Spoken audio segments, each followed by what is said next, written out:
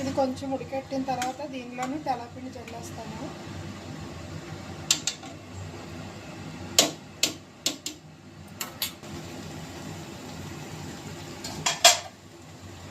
చూడండి ఇలా ఉడికెడుతుంది కదా, దీంట్లోని తెల్లపిండి పౌడర్ ఇలా వేసి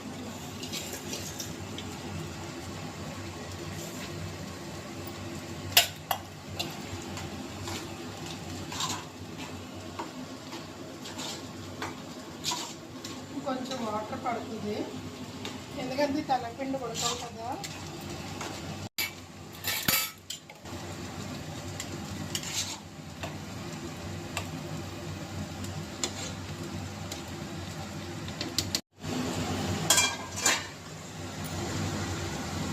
కూర అయితే రెడీ అయిపోయిందండి. బీరకాయ తెల్లపిండి కూర చూసారా ఎంత బాగా వచ్చిందో. మొత్తం అంతా ఉడికిపోయింది తెల్లపిండి.